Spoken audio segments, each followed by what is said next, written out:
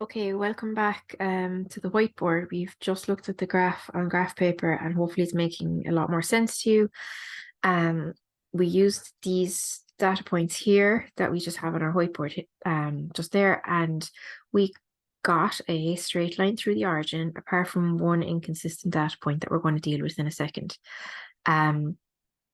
So that's looking good. We have a lovely sense of reassurance when we see a nice straight line through the origin.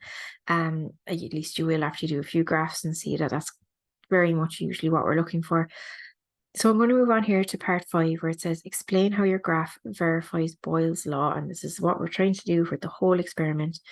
I've pasted in my text, but it's a very standard answer that we use for lots of these kind of graphs. The graph verifies Boyle's law as it has a straight line through the origin, which indicates that pressure is inversely proportional to length. Now, we need to put an extra step there because Boyle's law is actually talking about volume. And then we'll say, since volume is proportional to length, that implies that the pressure is proportional to 1 over volume, in brackets. That's Boyle's law. So we verified it, okay? I've kind of taken some maths shorthand there, but it reads like I just said, that the volume is proportional to length. That implies that the pressure is proportional to 1 over the volume. Okay, that's what those symbols mean. There's proportionality, and that's implies, which means that tells us Boyle's law. Okay, so that's kind of it. That's a lovely answer to give. So let's go on and deal with the inconsistent data point. Now, thankfully, they tipped us off in the question, so we knew we weren't scratching our heads in the paper on exam day going, why is that point not fitting with the others? We're going, aha, they told us. This is why we read the full question before we start into it. They told us we were going to have an inconsistent data point, so lucky us, we knew. Which one of the data points is inconsistent with the others? Now, I have it here in my sample answer. I'm going to bring it up for a second. If you just watch the graph video, we'll have talked about it there already. But just in case you skipped over it, let's all just jump over here and have a look. This is the same graph that we just did. It's just a different version of it that I drew up for my sample answer. And it's this guy here with the big pink dot on it, just to really, really highlight it in some way. You don't have to highlight it. It doesn't ask you to highlight it, but it just might help your answer because you can go, I have it highlighted on the graph if you like. And what we'll do is we'll name that point and we'll just use like coordinates to name it. And you'll see what I mean by that now when I jump over to the whiteboard. Here it is. It's the graph, it's the point that well, it depends which way you want to say it, but it's the one where pressure is 227 kilopascals, okay? So I'm going to change back to my whiteboard for you and we'll finish it off. We actually have a lot of the question completed. It's not the worst one ever. So which data point is inconsistent with the others? You can name it a few different ways. I would probably use the coordinates on the graph.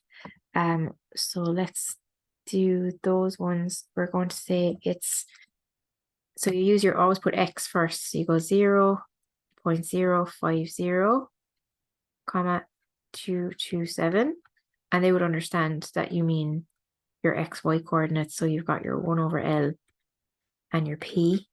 Or you could say like the pressure is 227 kPa, and it's actually that one that has the length is 20 centimeters from the very original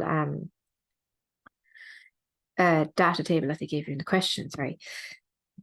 Or, and if you, well, I would kind of say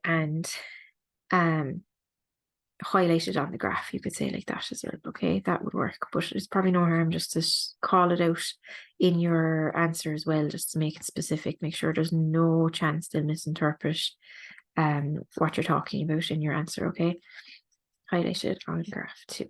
Okay, just make sure you really know which one is odd.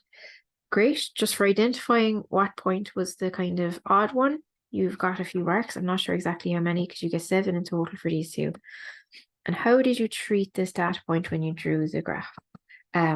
I have a nice full sentence in my sample answer, and it says the inconsistent data point was not included when fitting the line to the graph. So you could just say not included,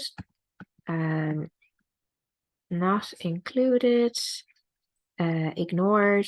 Just make it really clear that you didn't use it. Okay, so and the reason why we don't is because it's so far off the other points that we know straight away. And the other points, if you're looking at the graph video, they were super neat, really perfect straight line.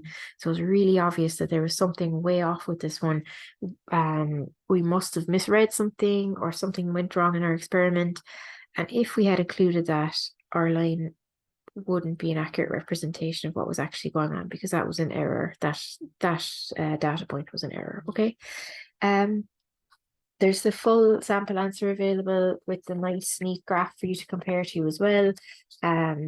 So that's kind of it for that question. I would have described that as a fairly nice typical exam question. So hopefully once you're kind of in the swing of practicing these, you would agree that there wasn't anything too strange in it. If you're after practicing it and you're not sure about it still, there's something in there that doesn't quite make sense, please let me know. But equally, even if there's just something in the video where you went too fast, or you moved the screen, or the graph wasn't that clear, I want to know about that too. My aim here is definitely to make this really helpful, make it so that you're preparing yourself for your own exam, and that you feel really confident going in, because you've done lots of these past papers and you really have a feel for them. Okay, so but if you want to send me a question, I have a physicshelp.ie Instagram, but the email is probably the best thing, info@physicshelp.ie. I'd love to hear from you, because every time I hear from someone, I'm saying, okay, this was useful, this wasn't, and that makes it all the better for everybody. So thanks for watching, and I'll see you in the next video. Bye.